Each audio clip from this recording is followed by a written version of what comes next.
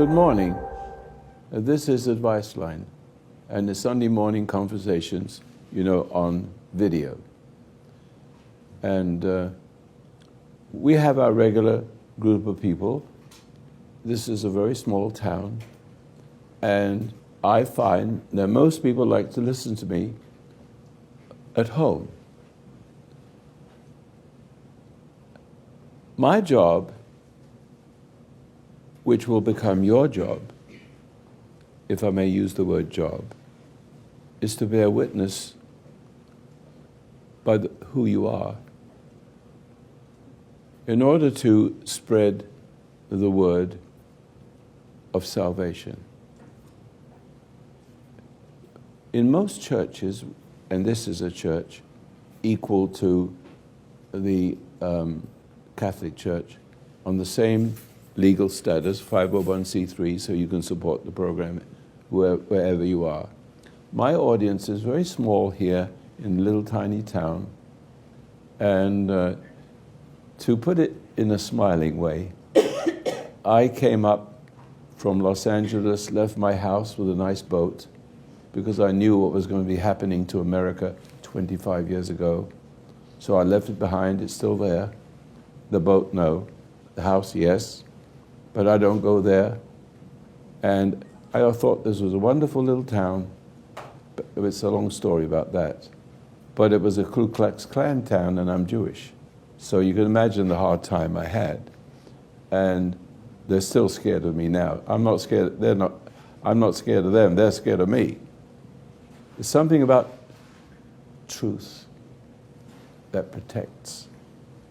Something about living whatever the heaven it is that keeps you safe and guarantees a perfect life. And some of you might cringe at the word perfect. But there's a very strange anomaly with preachers of the New Testament. When they come to saying about the Bible, they say it's believable in every word, and the translations may have a little shadow to it here and there, but what it's trying to say is wonderful, historic, magnificent. Learn by other people's example, and see what happens to you when you fail, and when you succeed and become a better person and fall down again, like poor old King David. He had a rise and a fall, and God knows what happened to his family. Absolutely, he had to kill his own son, etc., etc. So it's history, but it's a magnificent history, beginning with the first two human beings, which is a contradiction to modern atheism, which is prevalent in America. But it's very clear to me that human beings are not like animals. They can become like animals, and most of them are lower than animals, even though they can speak. Animals can speak. I had a parrot that spoke wonderful things. When you put it in the lavatory, it had wonderful things to say too. When you hang it up because he talks so much, and then he comes out of that place with very strange noises and speech. But the point is, he can speak. See, so then he embarrasses everybody. So many of you have been sort of in that kind of world that you don't know how to deal with. You come out of a world that's broken, see. But the beginning of the human race, I was trying to make a little joke. I'm not sure it would not be very good. I like to be lighthearted about these things. And lighthearted is a good thing. And not trying to be funny for the sake of being funny, but there's certain things that are funny, you can't help it. But what I'm trying to say is, I want to reinforce something about who we are as human beings as separate from apes. And the reason why we need a different kind of energy than an ape does to be an ape. We need grace to be human. And grace is a different energy than the grace of an ape, if I may just use the word to make a point. Apes are animals. Animals' energy comes from stress. In human beings, there's two kinds of stress. There's the stress of being hurt and burning, being caught in a fire and being burned, and trials and tribulations and hunger and thirst and things like that. But even those things can make you a better person, see, but it doesn't evolve you. It isn't the survival of the fittest in that sense. The survival of the fittest in a human being is the energy that comes from within you, we call grace. And so let me just get back to the beginning again. It is very clear that somehow, after all of the different animals, dinosaurs and everything have died away, 90% of them disappeared, and there's all brand new animals since billions and trillions of years, that a human being like you and me, with animals resembling us, like apes, which is kind of a trick of the devil, if you like, to make the point, suddenly appeared. There's the Neanderthal man and the Piltdown man, and I don't know why I remember all that junk, but the point is, they weren't men. They weren't men like we know it. Adam and Eve were exactly like we are, very much unlike the ape. God doesn't speak to an ape and says, you have to do as I say, thank you. And there you got a young lady, I just cloned her out of you, and so, and so, and so, and so, and so. There's something about that is magical. Now, I don't expect atheists to understand anything. They have no God and no explanation how the universe exists and why we are different from animals, even though we become less than animals. See, an animal can't become less than an animal, and because it's less than an animal, it's not fit to live and something will eat it. Correct? So, to continue with my point, the animal's motivation is danger, stress. It's all of that. It has nothing to do with the mind. It has nothing to do with the soul. It hasn't got one. Your dog hasn't got a soul. It has a kind of consciousness that's similar to us, that cocks its head, and you can teach it a few words. And it's the same with an ape. It can mimic you, but it can't go any further because it doesn't have another self. It doesn't have, maybe that's not another self, it doesn't have intuition. And the word intuition is very apt. It's intuition. It's tuition from within. Motivation from within. Now let's get back to Adam and Eve, and not Adam and Steve. That wouldn't work. Never will work. I'll discuss that another day on my radio show. I'm going to give that a good old 1-2. See, but wait, you listen to my program, you're going to hear the old 1-2 thing coming up soon, because it needs a good whack. See, what I'm trying to say is this, so you understand why you get sick, why you get old and shriveled, and like me, old and shriveled, and my journey has been suffering through, instead of going through what Jesus went through, I went through the medical system, and I'm still here. And I was just naive when it started to happen. So I got caught up in it, but somehow survived it fairly well. I've still got some stuff ahead of myself, so I could die any minute, next 3 hours. As I'm talking to you right now, it doesn't frighten me a bit. But I'm watching myself, and we see what happens. Okay? So if I drop down here, don't worry. I'm here. I'm going to do my thing to the very end of my days. I'm going to sit in front of that microphone because I have something I want to share with you, and I'm doing that with you today.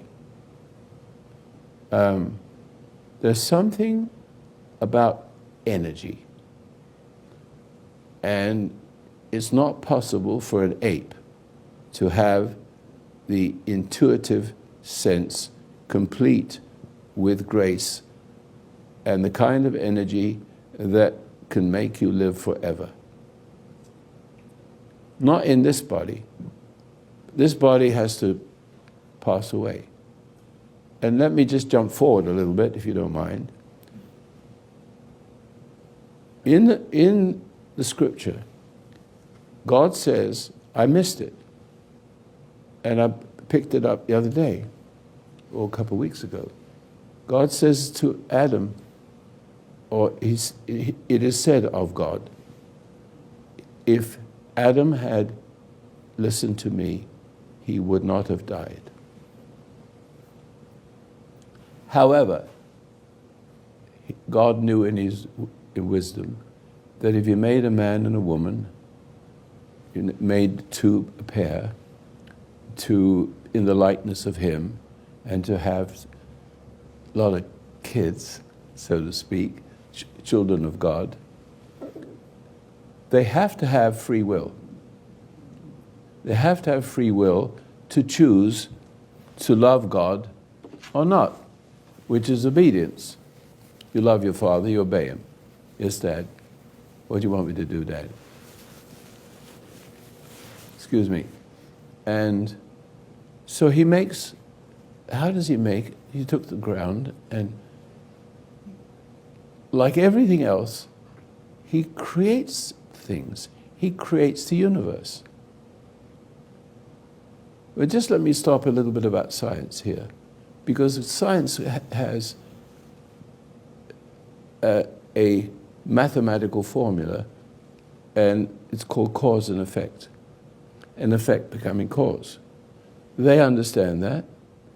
They don't understand the mystery of how it all works and the magic of it, but they know all these things, how they work, and they make iPhones and things like that. But they don't understand what the process of making each level is. And so if you add cause and effect becoming cause, and the cause becoming the effect of the next cause, so on, you have to have an uncaused cause. Otherwise, you've got zilch. You can't just pull out of the air cause and effect. And where did the first cause come from? It's got to be an uncaused cause. Correct? Correct. It has to. And to add a little science to that, Einstein says there's no absolute rest frame. You know, the absolute rest frame, that something never moves. The whole universe is moving. They don't know that the field is moving as well. They don't know, I do. They don't know it, but I won't go into that. But everything is moving. What keeps it moving? It doesn't seem to want to stop. Where's all the energy come from? You go down to the subatomic world, the quantum world, forever, right? Spin, spin, spin, spin, spin, spin. But you see it in the macrocosm, don't you? Exploding stars, everything. Then they're looking for the smallest particle. And then they found it. I found it a long time ago. I called it origitron because it's original. They called it the Higgs boson because Higgs did it. But they still don't know where it came from, but I do. It comes from I've got to find the word, getting old. It's got to be from what I said a few moments ago, the... Origin trod? No. I have a little catch in my brain right now. Okay. So you can't help me because I can't help myself right now. It's a word. Return. It's an absolute rest frame. Absolute. In order for something to move, see, there has to be something that does not move. See, you have to have a cause, an uncaused cause that exists at absolute rest in order to say something moves. If you take what moves away, look, for example, forgive me for being a little bit more than philosophical, being scientific. It's very important to make this point. Einstein says in the universe there's no rest frame. It means you need something at rest to say something that moves. And theoretically, unless you have something absolutely at rest,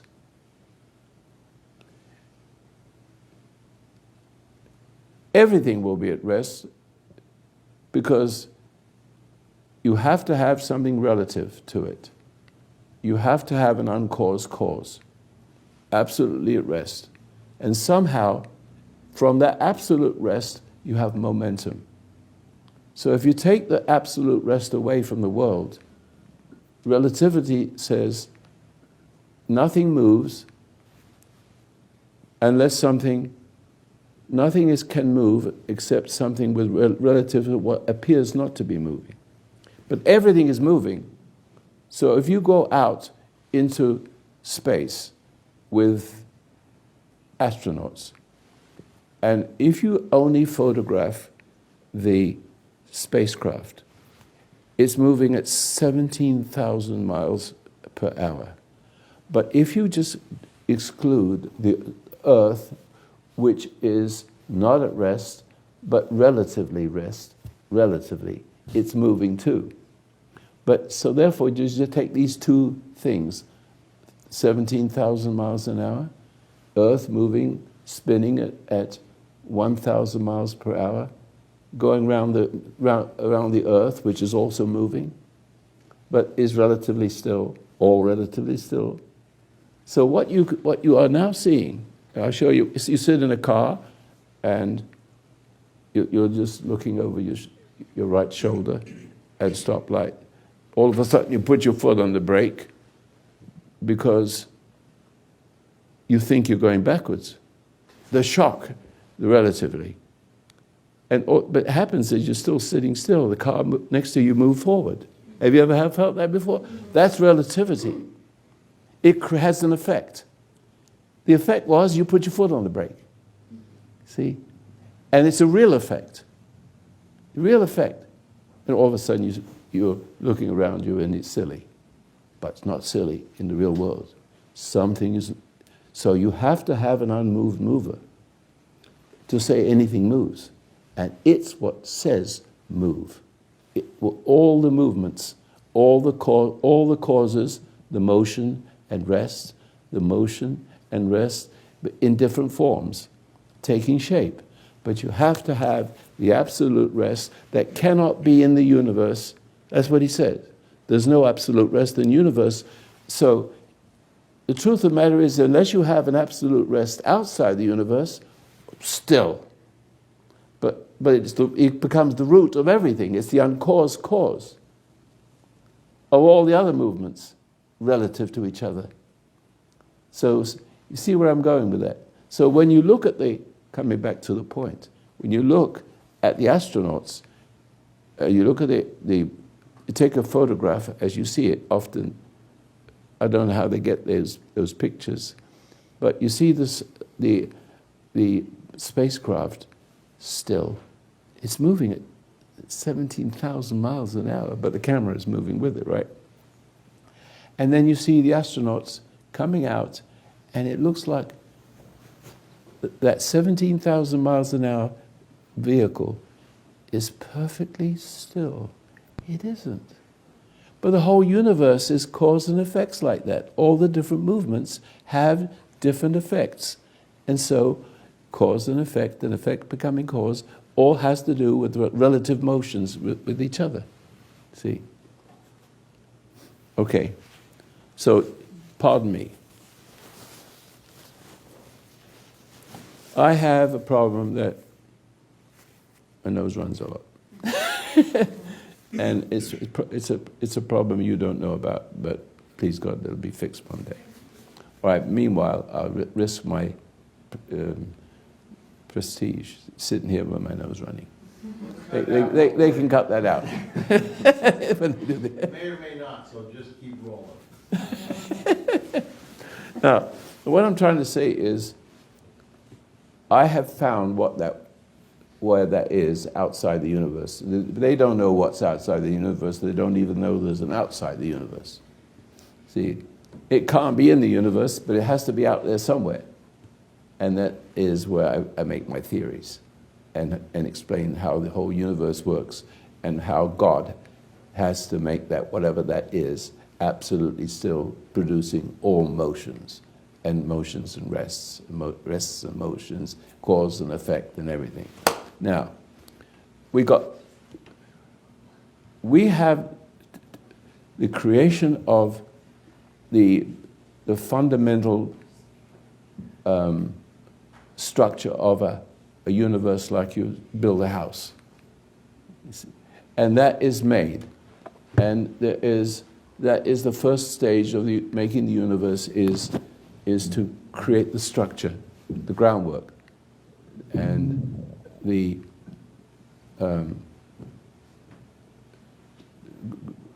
time and space and spinning on little objects and things like that. But the whole magic is life. The whole purpose of that is to eventually produce life. And life appears. God is a magician. Literally a magician. From something immovable, all things move and relatively move with relationship with each other. It's very, very complicated. But the point is, right up to the point where we have apes, and then we have men and women. But you see, the thing is, human beings did not evolve from that, because they'd be more complicated and funny-looking beasts. Because you can see dinosaurs and schminosaurs and all kinds of things. The craziest creations of all is having fun. When God thinks, when you think, you can actually think of a pretty girl and have sex with her in her head if you want to. I'm sorry to put it that way. But you can have thoughts and they become real. You have a dream and you look at your dream and you can wake up with a shock because, relatively speaking, you've lost your place in God, and pretty soon you're there and there's this little world that suddenly appeared from nowhere. It's called a dream or a nightmare. Correct? See? So you can actually, in a manner of speaking, imagine whatever you want, a pretty girl, whatever you want to do with it in your head. I'm sorry, I didn't mean to be rude, but the point is, people do that. And because you're creative. And you could also be perversely creative. And you can think, and you can make thoughts real. In the funny way. They're not so funny, the way I just said it. But still, you can do that.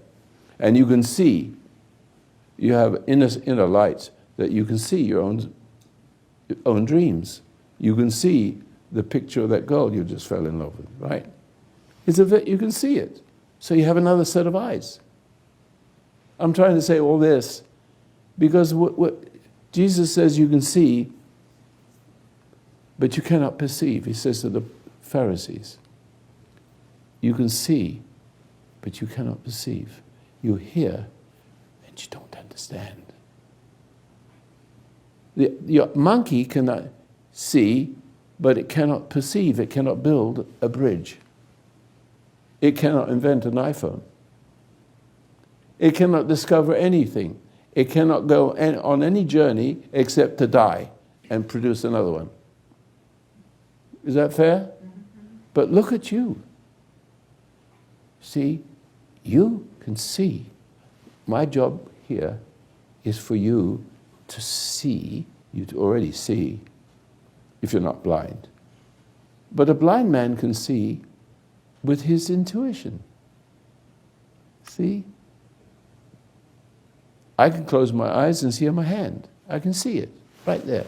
I have another hand within a hand, and a foot within a foot, an eye within an eye. I have two eyes. I have two ears, two hearings, two ways of hearing. One, like an animal. Two, I'm like an animal. That changes me. It gives me a new order, a new evolution, but it's involution, if I may coin a word. See? So what is missing or what is damaged in you, if I may use the word damage, I don't know what words to use, I do the best I can, because I'm in the metaphysical world here with you. Metaphysical. You can hear me, but can you understand me? And am I understandable? And you can see, but can you perceive I'm coming from a different place? I can perceive people not coming from the place I'm coming from, because they remain their monkey self.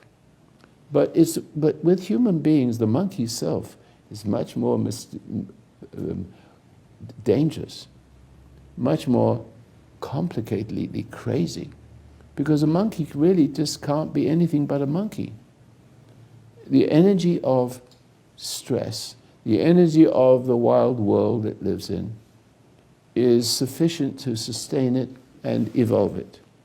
And say, if you're not big and strong enough and fight hard enough and run fast enough, you're no good. The survival of the fittest is the survival of the meanest and the quickest and the intellectually smartest. Intellectually, I'm using in the wrong way. I don't have any other word for it. A dog has an intellect. And it can't learn anything, but it has an intellect. It can actually look at things and make a decision. Very vague decision, but decision left nevertheless. It's missing intuition. The dog, you can get a dog and you can buy them with all different varieties. You can have a sheepdog that does this.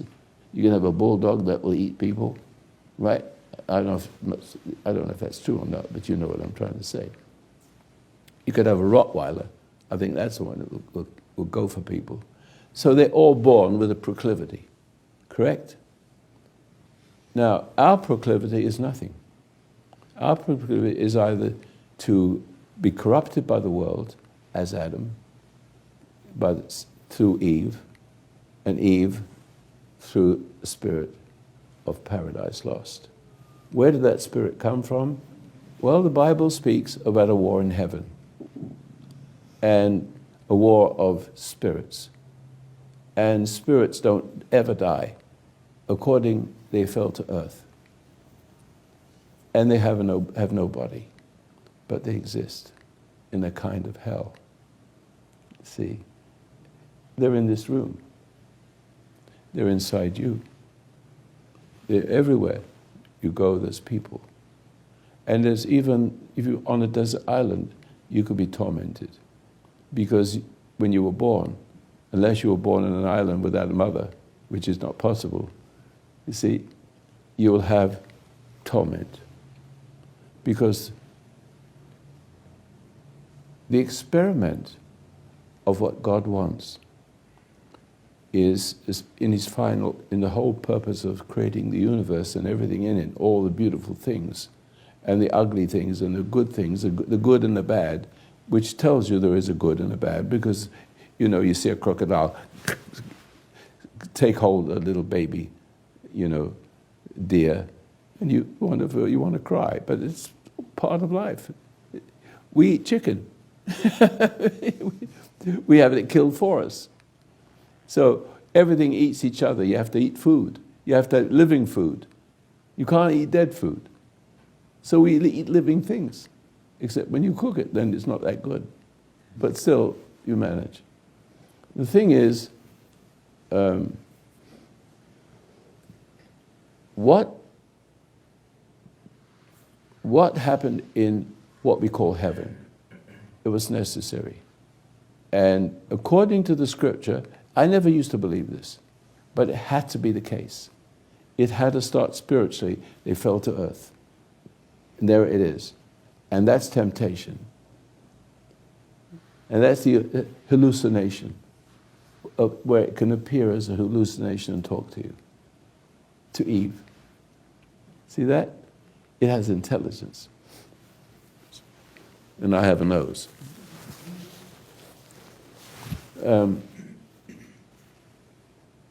There has to be that relationship with Eve, Adam, because God is, the whole purpose of God is to continue the magic.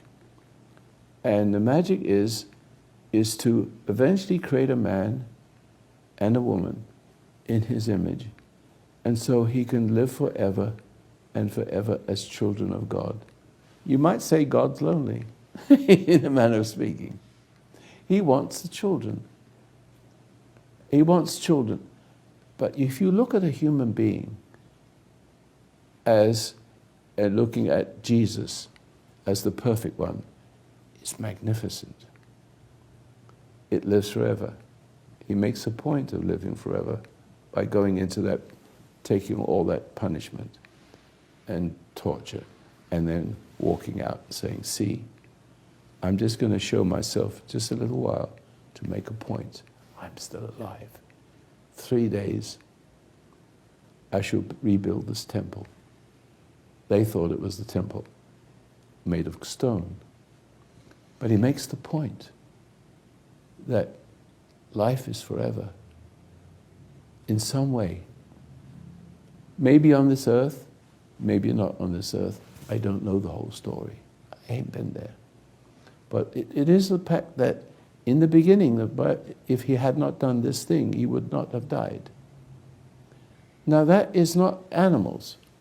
That is something completely different. They have to be created differently. The dust of the earth. And he shaped the dust of the earth into a man and breathed into it life. You think he couldn't do that? He gave Jesus a set of clothes when he came out of the tomb. He didn't come out naked. I always wonder about, ghosts. They seem to have clothes. It doesn't make sense. There's no ghost clothes.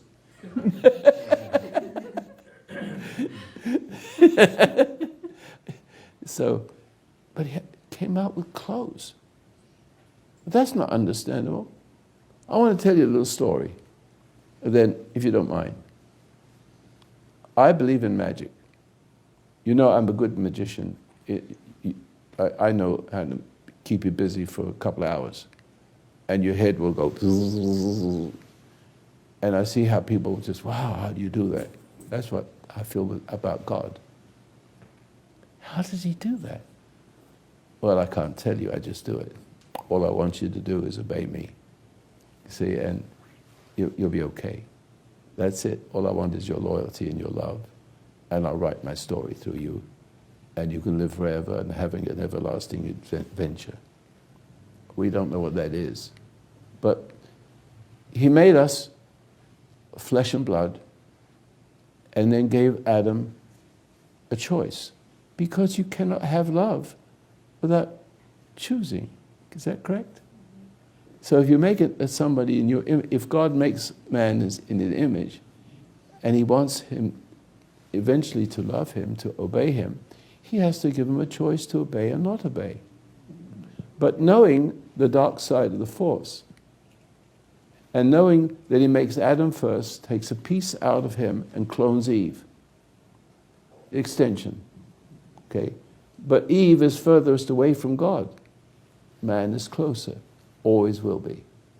Your son is closer to the truth than your daughter. And if you are a good man, a godly man, she will look for a husband with the qualities of the dad. If you're a bad dad, it gets all mixed up. She has a different image. Maybe one that's going to, hopefully, Eve, hopefully in her mind, will find a man she can make into a man to love, and it makes her God. That's what often women do. They try to make a man into a man, or exploit the fact that he isn't one. See that? And it's all there. The story is right there in that little piece. So, if he had made 1 million Adam and Eves, they'd all fail. Because they're innocent. They don't know. He knows very well they don't have the experience yet how to deal with this. But nevertheless, the fallen angels, the fallen creatures, get into Eve. And she begins to lie. But she does not know how to lie. Something lies through her. Because she's close. She needs his protection. He needs to say, put down the fruit. That wasn't difficult. He couldn't do that. She persuaded him, but it wasn't her. It was acting through her into him. And she said, I ate the fruit, but she didn't get the order. He did. And then said, I didn't die. And he looks. He says, well. And there's a little talk, maybe God is just giving you a test to see if you have courage enough to say no to him. You could have a great argument if you want to. I imagine it could be of something like that. And so but then God in the story is like a dad. Now, you think he didn't know what he did. Of course he knows everything, doesn't he? He knew what was going to happen. So he says to Adam, did you eat of the fruit? I said you not to eat.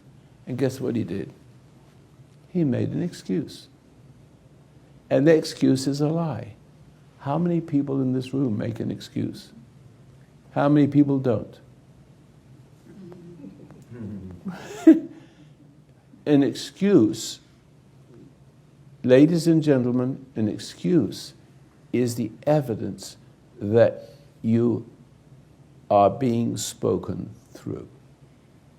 That the excuse is the side of you that came up through one man's sin, death through sin, spread through the human race as a virus. That was necessary because every child born into this world is innocent. Would you not agree with that? But then they become guilty because of the culture they're in.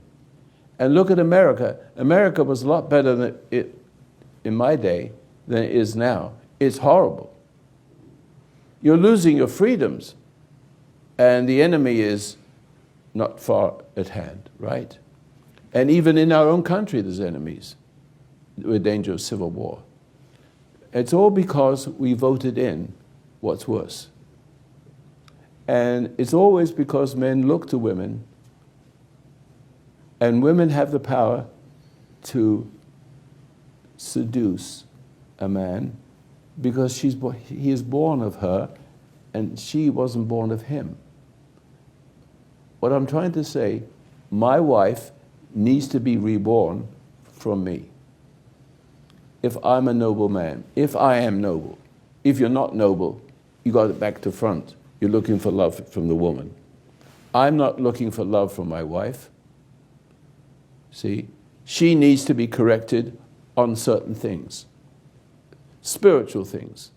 Taking advantage this or that which he can't help. Women can't help themselves to tempt because the temptation is there looking, please. Deep down inside, she doesn't think this way, but she's looking for a good man and she doesn't find one. Because a man born of woman is imperfect. And he tends to look to her for approval. He will tend to listen to her more than himself, because he came from a woman. In the beginning, woman came from man. And then man got corrupted, and from that moment, through one man, sin and death through sin spread to the human race.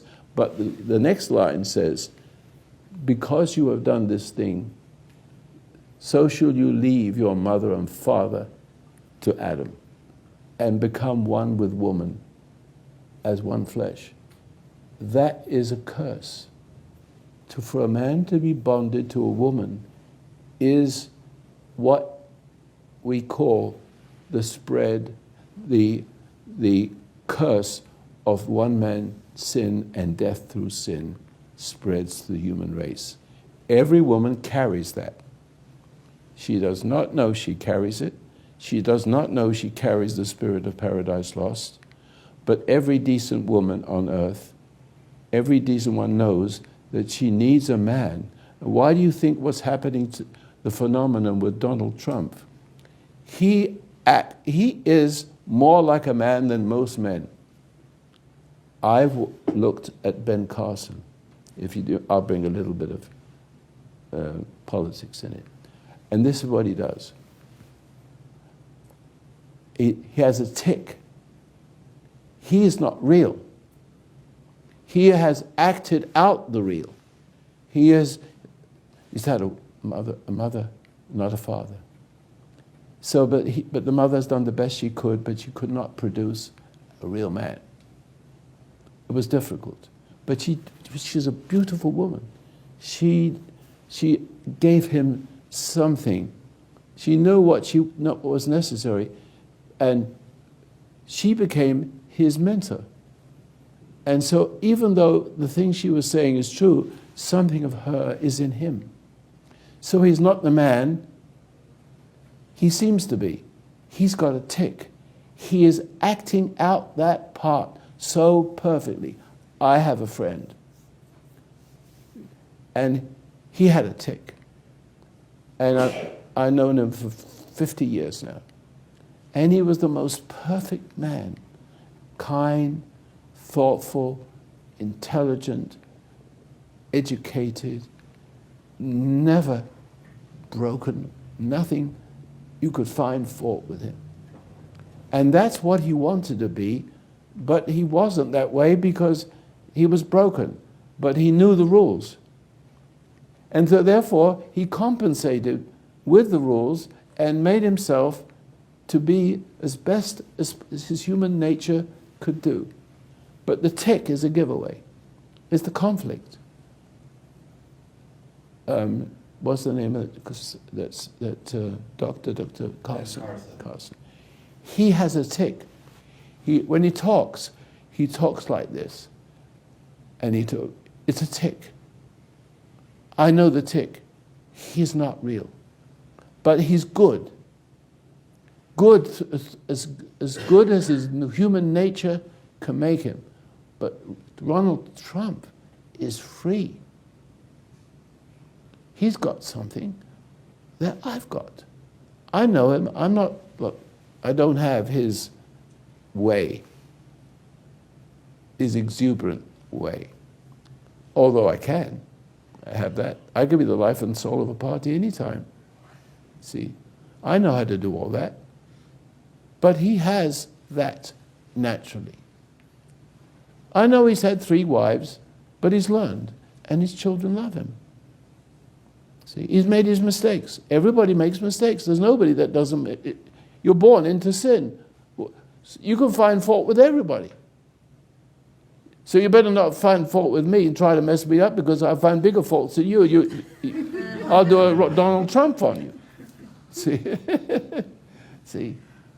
I've made my mistakes, not that serious, but still, they were faults. They were sins. Okay? But I learned early. I learned it. There was another self.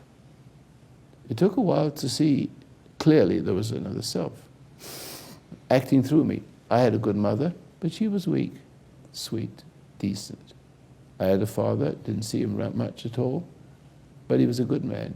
No question about that. My brother is not the same. He's completely opposite to me. He hides in religion and looks down his nose at me as if I wasn't religious. I'm spiritual. I'm not religious. He's quite correct, see. So what I'm trying to say, I don't know where I'm going to go with this, but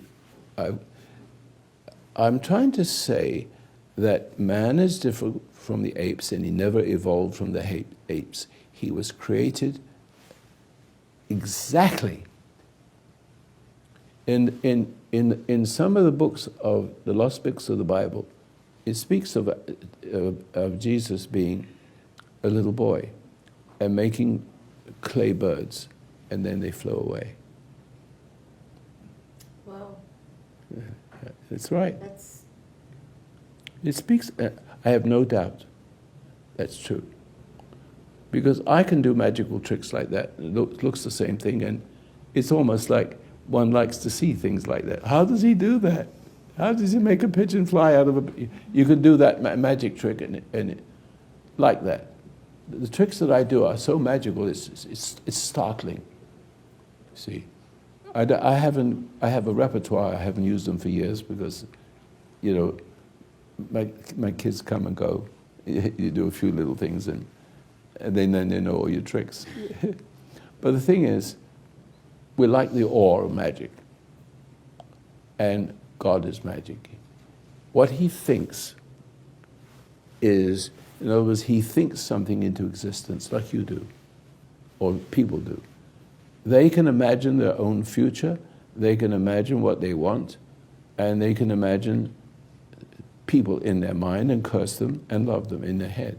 They can curse them in their head, but they can actually have a picture of a person and judge that picture, that image. And we can and men can have sex, maybe women too, with women in the head, which is very, very dangerous. But they can do that because after a while you have enough women get into you as you get into them. Excuse the way I said that. And it will leave behind a real picture, and having fear of all the relationship you have and how many times you've been beaten out of everything you have, then you still have the compulsion to procreate, but more so than ever, because the more you die playing those games, the more of an animal you become. And the more animal you become, the more, well, let me put it in a strange way, a herring produces 250,000 eggs. See, so its chances of survival is within that 250,000. A rhino only has sex once every 3 years. Otherwise, you wouldn't want billions of rhinos, would you? It's all regulated. It's all regulated. Magic, magic, magic. See, even the numbers of eggs is chosen roughly the same, so that the herring survives. And everybody has a nice lunch. See that? Yes. Can we go back to the with the fallen angels? Yes, I am. I like that. I'm glad you stopped me. Those lost books. I have that book, Essene, Yes, the one I got from you. Essenes, yes. Yeah, that's an amazing book. Well, I'm not too fond of it. No, It is too religious, too mechanically religious, no, I know what you mean. and too much rituals. I'm no rituals. The only thing I have is intuition. I don't need anything more than that. I've got a breath in my life. I've got a body, and I have an intuition. And if I need to know something, I will know it. And if I'm not to know something, I don't know it. I can't know everything. God knows everything. I only want him to give me to know what he wants. No, I see. In the moment. I see what you're saying. Only in the moment. Flash in the moment. Now, in the end, they talk about some of the other books, and they talk about the Holy Stream. And when I was reading, Oh, yes. and then that kind of reminded me of what you talk about. Yes, with they mention it. Right. They're aware of it. But I have a deep understanding of it because I can sense it living in me. Mm-hmm. Can you sense it living in me? Oh, yeah. I think so. In other words, when I walk around the street and talk to ordinary people, there's an aura. I can't see the aura. I can't see the energy. They can't see their energy either, but has a quality. You can see a no good person, in the manner of speaking. You can see a perverse person. He reeks with something. See, you look at him and he's just an object.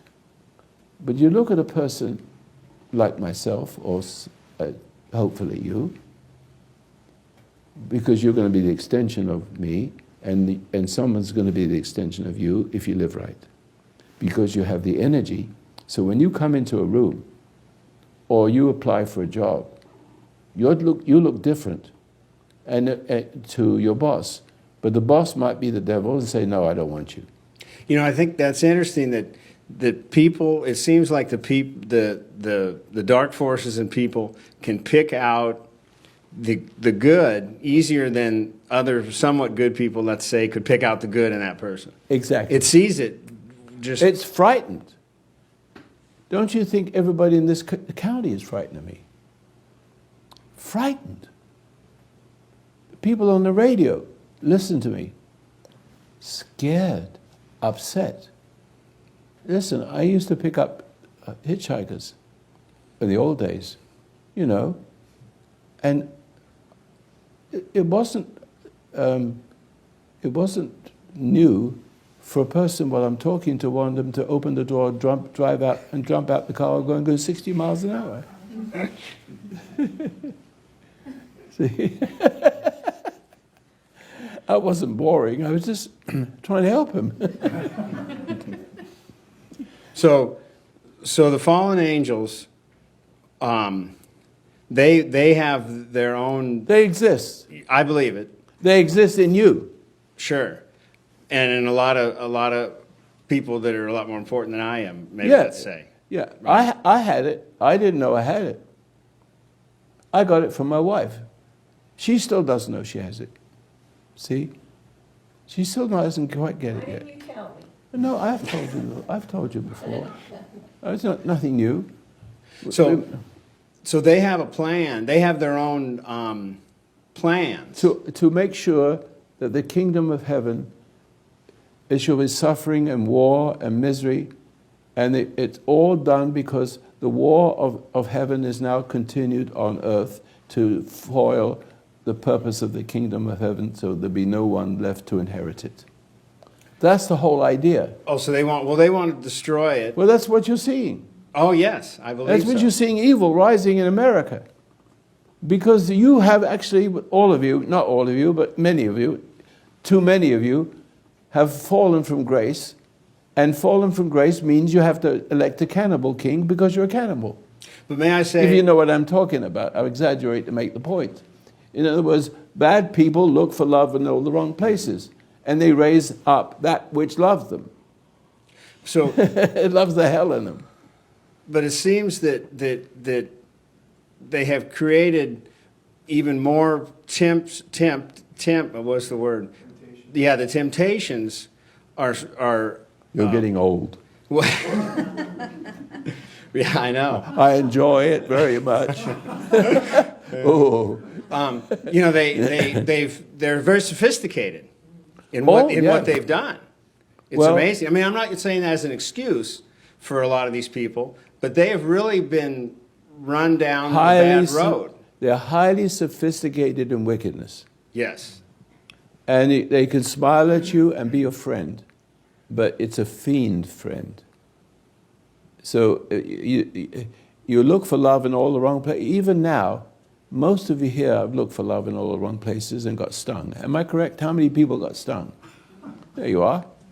See? You can't help but look for what gave you that kind of life you have.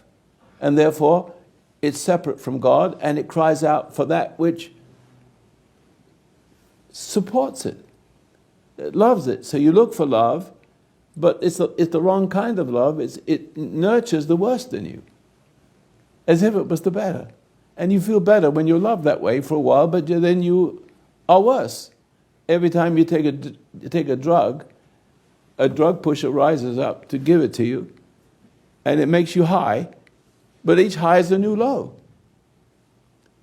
And you have to get past, because the new low seems like you want more to get high, and the more pain you have, the higher you feel. The more relief you feel, but now you need even more relief because you're further from God. And they step in to fulfill that. Yes, and you can't do that to a rat.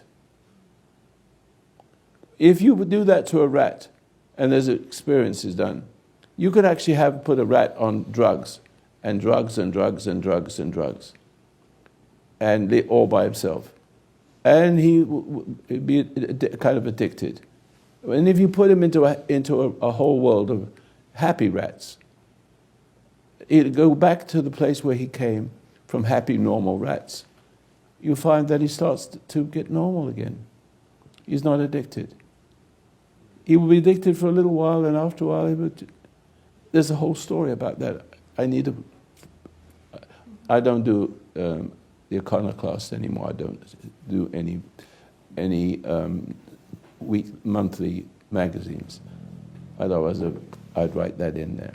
But rats, they don't necessarily, they will be, if you give them water and drugs in it, they will become addicted for a while. You see, but after a while, if you put two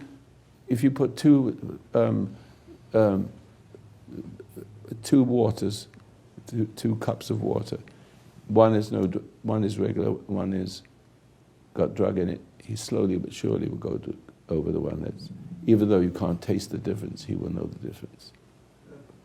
Anyway. Now, what you're saying is that animals, then, they can't fall. No.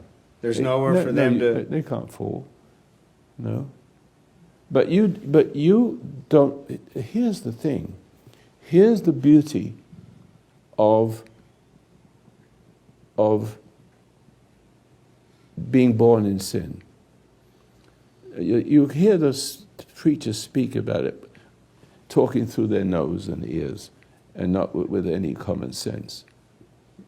You were born into sin, and everybody sins. Jesus came to... I was listening to Megyn Kelly, and she has a preacher from a very famous gentleman who's still alive. He used to run around and Donald Trump. No. Donald Trump is not a preacher. No, it's not Ben Carson. It's the son of a famous preacher who had... Franklin Graham. No, it may be beyond your time. But anyway, he's saying, well, and she was interviewing, and he says, well, you can't be perfect. Only Jesus is perfect. So you just have to, you are saved. But the point is, it's not true. The Bible says, become perfect as your Father in heaven is perfect. And when you have a preacher, if you talk to a preacher, you'll say that everything in the Bible is true, perfect. When it comes to that, they all stop dead. And I had a nice talk with one time. I said, how could you talk this way?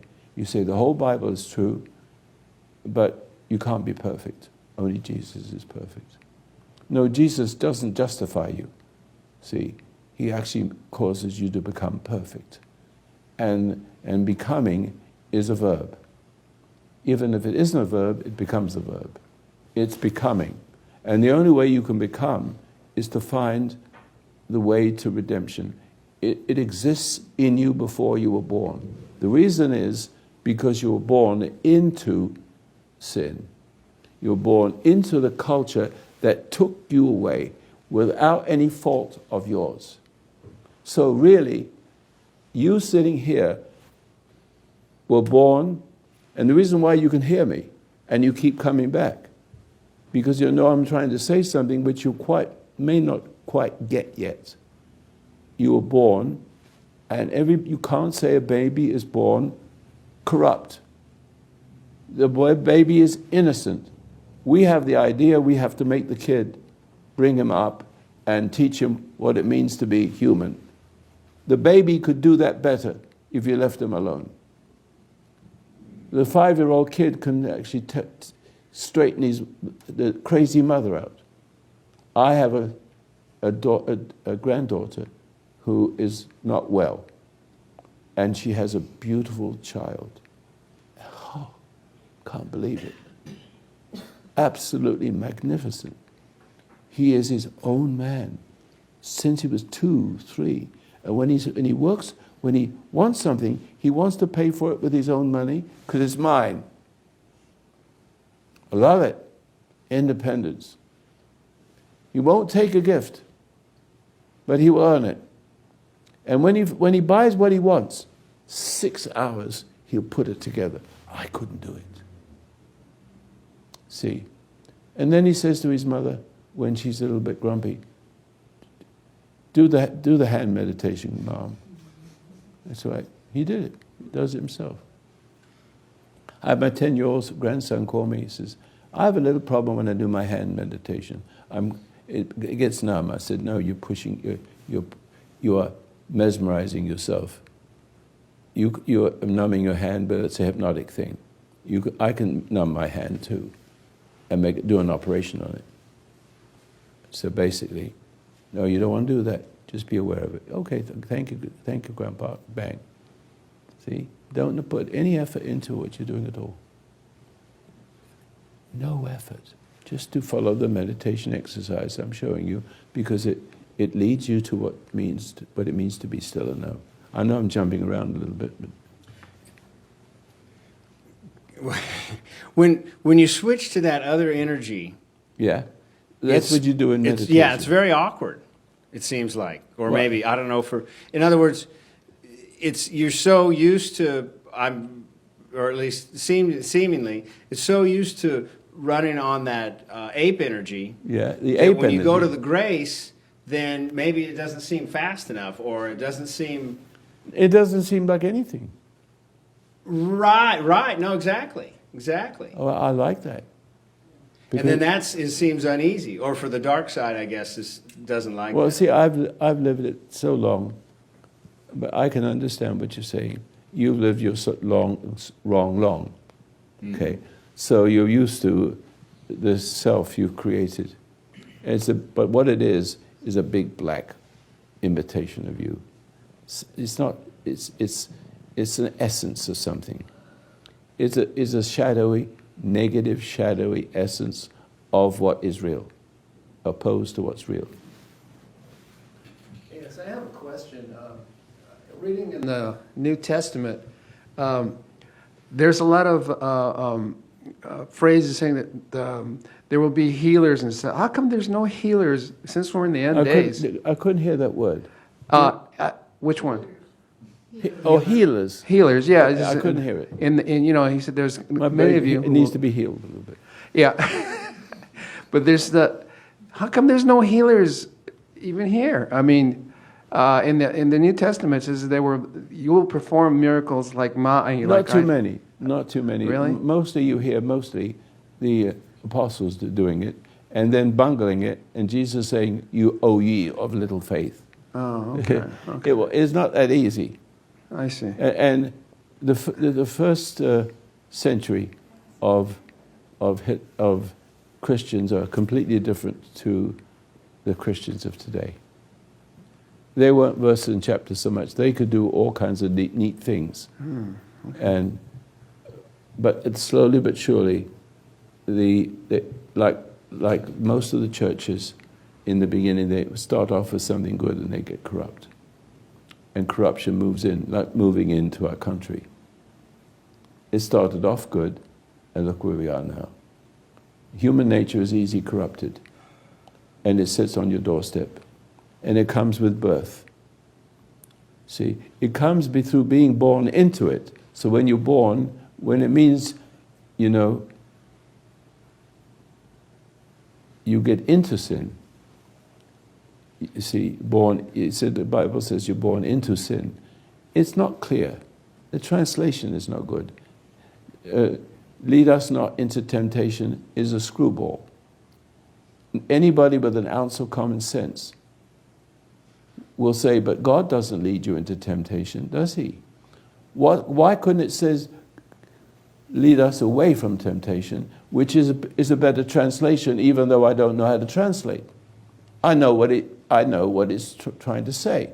But the average Catholic, when they say that, or whenever a person starts to speak that little rhyme, they always say what is written and not what should be understood. Because they have eyes and they see, but they don't have intuition to perceive. So they just mumble it, and think they're Christians and miss it completely. You don't dare think of God as leading you into temptation. It's crazy. It's an insult. You've got to be very careful when you. I can actually say the Lord's Prayer. I actually enjoy what I'm saying. I say it. I actually see. It sees more. It isn't the same all the time. There's always a little more I see in those same few words. I open the Bible once a year, if I'm lucky. I go click, click, click, click. Oh, that's something I didn't see. Close. That's enough for me for a year. I don't want to see. I don't want to remember it. I just want the epiphany that goes off. It multiplies by itself. And you can't compare just a word in your head as to the understanding of that word. And the understanding makes it flower all by itself. So you may theoretically catch "be still and know," which took a little while for me to grasp what that meaning means and how it happens. But you only need one seminal thought in the Bible to become an epiphany intuitive. You see and perceive. You see the words, and instead of memorizing it, that's what it means. That's a whole different ballgame. I shut the Bible, it sits in dust. And maybe I pick it up again. I see another Bible laying there, tick, tick, all that. No, I didn't see anything that time. See, I don't like to read a book. I don't want to spend my time reading books and memorizing and mimicking everybody else. I'm looking now at the science programs with all the boiling lava and all kinds of clever tricks that you get on the not VD. That's History Channel. What is it? Science Channel. National Geographic? Yeah, but no, it's not National Geographic. No, I'm stuck with a word. It's you see on video. I always said VD. That's a disease. I'm getting old. You have to give me. See, but all those special effects, if you watch them, there's no God. And you got all these explosions and smoke and spinning and electric currents flying through the air, and you got a commentator at the back. He's not saying anything. He's just saying there's no God. That's what he's saying. And this is happening, and that is happening, and this is happening. They have the foggiest idea what the hell they're talking about. Yeah, they can make an iPhone, and they have all these rare elements, and they're very clever. Human beings are very clever. They can build stuff out of what was already created. For example, God and the devil were talking. And the devil says, I can make a man. And he says, okay, so let me see you do it. So they have a bet. So he goes down to pick up some dirt. He says, you have to make that first. See? So scientists today, there are religious scientists who put them aside. But scientists today exclude an uncaused cause. And everything is doing this and doing that. And the universe isn't going to exist forever 1 minute, and then it's going to expand forever, and everything gets wider and wider until everything's so far apart, there's no universe. Or bullcucky.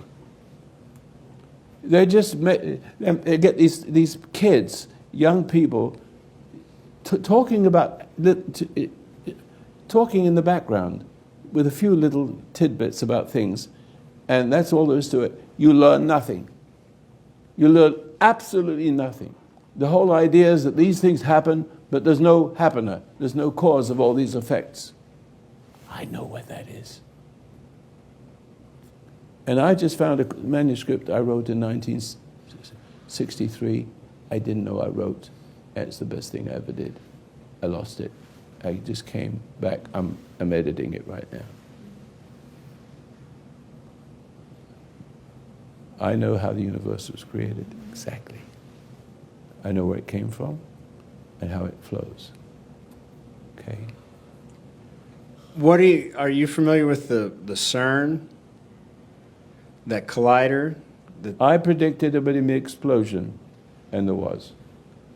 We don't hear any more from them. Well, they're supposed to fire it up on towards the end of the month. They haven't learned anything. All they've learned is, all they know that they found the smallest particle. It's called the Higgs particle, and they don't know how it was created. I do. In my writings, I called it the origitron, because it's the original particle. It's called the Higgs particle because the Higgs discovered it. He's found the smallest particle, but you don't know how it reproduces itself, which it has to be because it is the basis of all particles, and properly so. But it doesn't know how it got there. Is that the same thing as they call the God molecule? No. That's different? No. Okay. No, it's the smallest particle. It's really dark energy. See, gravity, they don't know what gravity is. So I can talk about gravity, and no physicist can fight me, because they don't know whether it's a push or a pull, and don't know what it is. It's missing. There's 4 fundamental forces, and one of them is missing. And they don't know what it is, but as far as mathematics, it works. But what it is, they don't know. I know what it is, exactly what it is. Gravity is a flowing field that makes up there's my brain again, the fabric of space. Fabric of space. And it makes up what was the question I was going to ask? What was the question you asked? If it was the God molecule. No, yes. No. Yeah. Yes, it is not a molecule. It's a particle. Okay. You got to have as close to the right words as possible. Explain what dark energy is. Yeah. Dark energy, they don't know what it is, but it's a flowing field. Would you like to have a little lesson in physics? Very much. You know, I spoke about the absolute rest frame a little while ago, the absolute. So there's something outside the universe. And if it was in the universe, it couldn't exist because the whole thing would blow up. It's so powerful. What that thing, that absolute rest frame which does not move and causes movement, relative movements. Relative movement looks the same. If you take everything away, relative movement seems still, right? Like the spaceship. It looks still. It's all relative. See, like sitting in the car and your car drives away next to you, you think you're going backwards. See, relativity. And relativity is real. It's a real world. You see that? It's not just an effect. It's something you look at. It's a real effect. If I took a magnifying glass of that pretty face of yours, I see a little specks, a little zits, and then it goes to A different layer. or different layers, and then the blood, and the germs, and you keep going back, and you go back, and pretty soon you're not a person anymore. You're just a few particles. See, basically, if you keep looking at you, you're made up of those particles. See, and it's all relatively arranged. So, you want to know what is dark matter, dark energy? It is this. That, whatever that is called a singularity. And no one's ever seen it. It's imagined, and correctly so.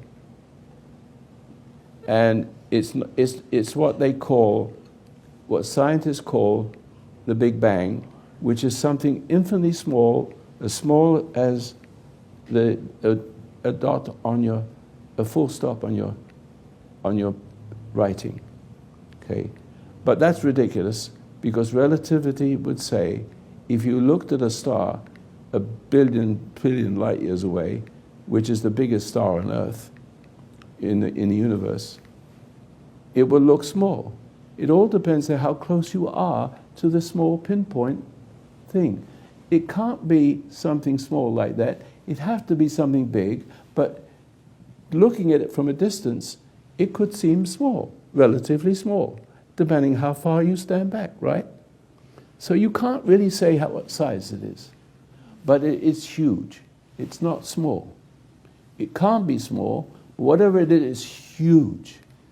And it is, here's the word, infinitely hot. Got it? Now, something infinitely hot can't create itself. Someone has to put it there, has to start the universe with a building block that has infinite heat forever and ever and ever and ever, never, ever cooling down, always supplying heat, some kind of heat, like a furnace. But a furnace can't build anything, can it?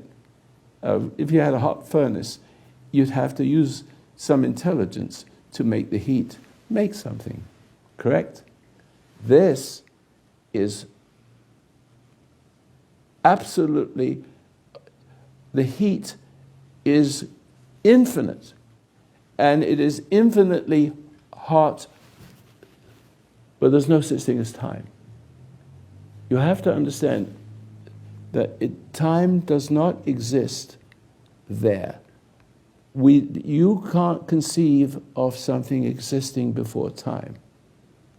Gravity, this is what gravity is made. So you have something infinitely hot. It appears, but somebody put it there.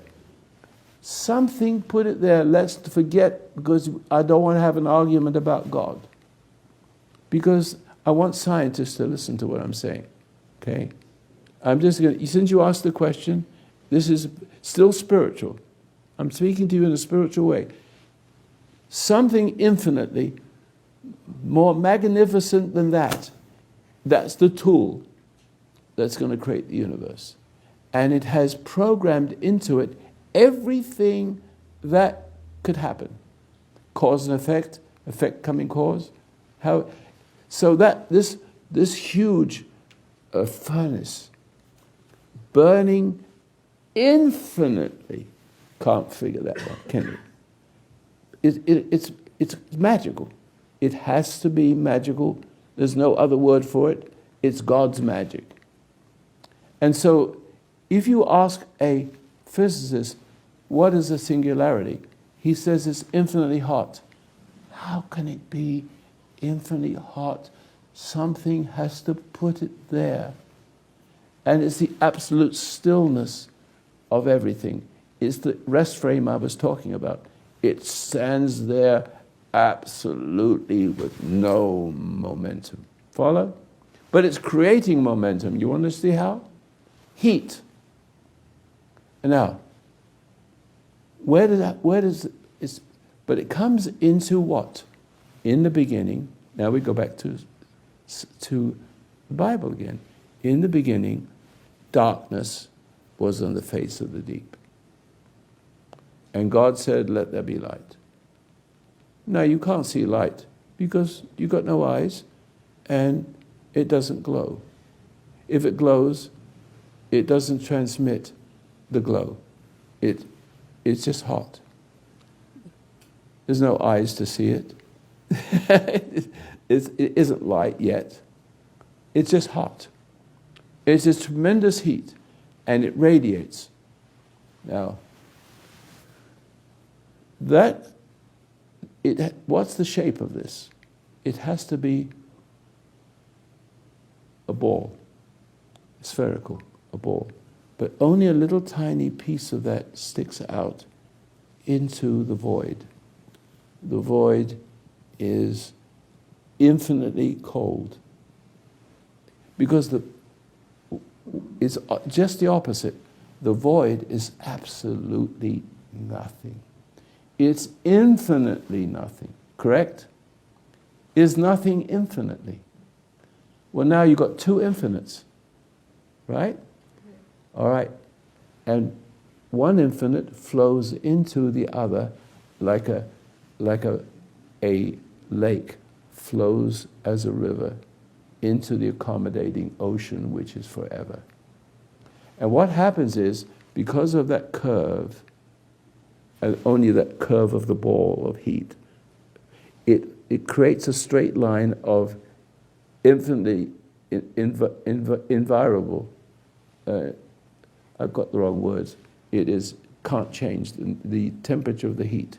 It radiates a temperature which has a slight curve. One line, one string, one length, forever, and the cold retreats. But the edge of the retreat is the second point of a battery, equivalent to a battery. You've got positive, hot, and a retreating, cold, and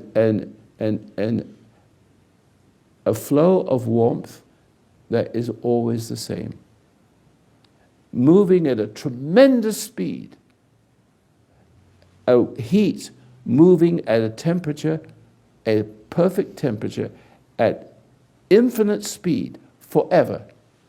Gravity needs to be gravity. It has to have a constant. It has to last forever. Gravity itself has to, if it stops at any point, it's over. It has to keep longer and longer, otherwise it doesn't exist. You can't stop, but it's just a heat length, unvariable, unvariable heat, temperature. That's our gravity. And at a certain point, that string of gravity curves because the peeping part of the heat is curved slightly, so that gravity flowing at a tremendous speed, maybe the speed of light, tremendous, 186,000 miles an hour, 7.5 times around the world in 1 second. That's how it's going for billions of years, but there is no years. There is no time. You can't imagine it. But gravity is the origin of time. We'll see in a minute. So it goes and it begins to curve. And it's a built-in curve, a potential. And it curves round and round with angular precession, like you wind a ball of string. Then you've got a universe like this. The fourth, you've got, from one string, you've got 3 strings, all flowing forever. Perfect. Perfectly geometrically correct. See what I'm getting at? It's now created the fabric of space. But there's still no time, and there's still no matter. Now imagine one more thing. Imagine that gravity is like a river, and it has a source like a lake, which is filled with rain. But it doesn't need to be filled with rain because you got infinitely hot. So this is maintained, and it's invisible. It's dark energy. It's energy, but you cannot see it, you cannot touch it. And so it becomes the fabric of the universe. All around us is gravity. But the cold, the infinite void, is pure space, is pure, it's a pure cold. But gravity is not a pure cold. It takes the place of it. So what you think of as gravity pushing on you, you can't touch it, you can't feel it. It isn't anything, it hasn't, it's not any, but it's nothing that makes something. It's a no thing. But the infinitely cold that it's flowing through and expanding through, the universe is expanding into this cold, while the temperature of the universe remains the same. There's something keeps on feeding the fuel of the universe and at the same time expanding it. And you can't see it. It's outside the universe. But so is the infinitely pure cold outside the universe. And it's flowing into the pure cold, but gravity is very cold, but it isn't pure cold.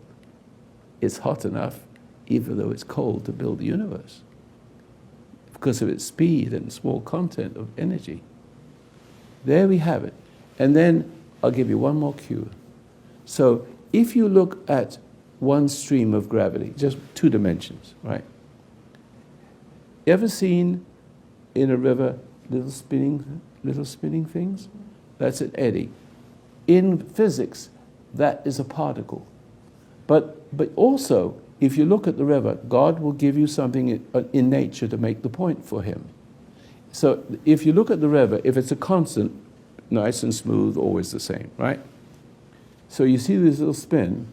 The minute it spins, like in your pool, you can actually see this little spin appear and a dark shadow appear because it's more dense, right? So the minute it spins, the force that's spinning it, the force can exist without the spin, but the spin can't exist without the force, correct? So now the spin is gyroscopic, and it doesn't want to move. It's going to move because it's going to be pushed. That's momentum. That's the speed of light. Okay? But at the same time, it's resisting. And when it's resisting, the force that makes it spin is going past it. And that curve is called time. The curving around it is called time. Now, so mass can't exist without the curving of that gravity, which you cannot see. So what appears is made by what is not ever seen. You can't touch the dark matter, dark energy. But that's the smallest particle is dark matter. But the gravity that pushes it and creates it is dark energy. Thank you. Ta-da! Hello, scientists. I have 78 pages if you'd like to read for the rest of how the world, the universe makes. I find it very fascinating to... You can follow me, can't you? You can follow me. Well, yeah, in my little carnal pea brain, you know, No, that you haven't got a I'm pea trying brain. to... You have an understanding. Yeah. That's not a pea brain. A pea brain is without that. I can see the two going on, though, because my brain is trying to make reason with what you're saying. And then the other part of it is going, wow. That's fascinating. That's just too much. But God is, He loves your wonder. That's what a magician loves, exciting. an artist loves the wonder. He doesn't paint for himself. He paints for other than himself. Doesn't that right? He gets his joy out of that. Is it time? My time's up. I know.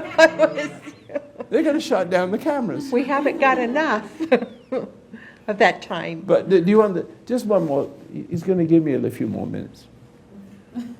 But do you understand now? Let's back to human beings. You see the beauty of this? You're born into sin, but you're not a sinner. But you can actually enjoy your sin and be wicked. See that? Because the people who are born into sin have weaknesses. But you can use that same state for strength in a very bad way, because you know people are vulnerable. And then you can live on their vulnerability. So that's where evil comes from. Follow that? But you can also be that permanently, you'll be a psychopath or sociopath. But you can also be a person who has the same behavior as a psychopath, but you're really decent, you can't help yourself, you don't even know you're doing it. Oh my God, you've got conflict, the other guy doesn't. See that? He gets rid of his conflict by giving you conflict. And he lives with you by comparison, relativity. You're rotten, he's okay. See? And he can make you more rotten, that makes him feel better. And you have to be more rotten, because that way he feels more better, speaking, compared with you and other people. And you become slaves to these people. There's a tendency to look to them for approval after a while. And that's how you got Obama. And that's how you get love in all the wrong places. Because you're drawn to that which has made you, or remade you, and therefore you have to go back to that for love, which is the wrong kind of love. Reinsure you. So you're being reinsured of your broken self. And eventually, you'll feel conflict, and you look for answers, and the doors are shut everywhere. Science shut, religion shut, too many of different rituals and learnings and studies and, see, programmed. So now you got me. Not for 3 more hours anyway. Yeah, I just want you to see that you need nothing but to sit still and be guided. And so that your inner life becomes altered by that which is inside you, intuitive. And it will go to war. It will give you an energy field through your head. It will give you calm, peacefulness, and so there's absolutely nothing for you to do except to see and understand and appreciate as you walk past a dandelion leaf and it starts to flow. Little seeds flowing in parachutes. You can wonder about these things. You hear a baby cry. You can turn over a leaf or a Bible or read something in the paper, it sticks out, something else sticks out. All of a sudden, all the things that God makes you remember without knowing why you're remembering it, while you're appreciating it, is the teacher. And he puts all these things together, and they all come together as one thing. Wow. But if you have an outside teacher, he will tell you what to learn. And there's no relativity between all the different things. With God, you have relativity to everything you discover, and everything you discover evolves inside you as the real you. But if, I'm finishing now, if you stay reacting to the world around you, intimidating you and loving you the way you are, pretending to love you and give you pleasures and, telling you what a wonderful person you are and how brilliant you are because you are brilliant intellectually, all that means nothing. And what it's doing to you, what the energy of stress and the energy of the pressures of life and the achievements that we are left alone to think that we have a purpose, and damned if you succeed and damned if you don't. See, it always ends up in you being broken, and really being broken. So because the energy of God counters the energy of the animal world. And if you live on the energy of the animal world, it will tear you to pieces a little bit at the time as you're growing up and growing down. Tear you to pieces because there's no relevance there's no place for you, like an animal, to receive this nourishing. What is nourishing to the animal is destructive to you. So watch your feelings. My son went off to another country to do some business, some pretty important stuff. And I tweeted him. I didn't tweet. I texted him. And I said, son, make sure that you do not overreact to kindness. Just look at it and not have a feeling from it, not be lifted by it. And also the same thing, look at cruelty and just see it as cruelty. Maybe there's a good person in there, in the bad person, and maybe it's bad in the good person. You don't really know. So just note it and go about your business. They can't read you. If they can't read you, I can't read me, you can't read me, because I don't know what to read. I don't know what I'm going to do next. See? So you can't read me. Nobody can, and if you can't read you, they don't know what to do. Okay. Now, look at my friend. Look at my son over there. Look at him. He's waving me. I want to go to dinner. I want to go to lunch. Shut up and shut your trap. But I think we enjoyed each other today, did we not? It was fascinating. We just covered the whole world. But the whole thing is salvation from that world. And it's so simple. Be still and you'll know it. Boom. Goodbye. Thank you. Thanks for watching me today. Support our radio program and our little TV video thing every Sunday. And just remember, it's supported. Everything you're seeing on my hearing on my radio program is supported by listeners. And as many people as I can get, it will mean I can start working with the military again to help them to overcome post-traumatic stress disorder. That's one of my gifts, to help them to do that. Thank you very much. Post Office Box 1000, Grants Pass, Oregon 97528. And my office number is 800-877-3227, and my website is FHU, Foundation of Human Understanding.com. Thanks.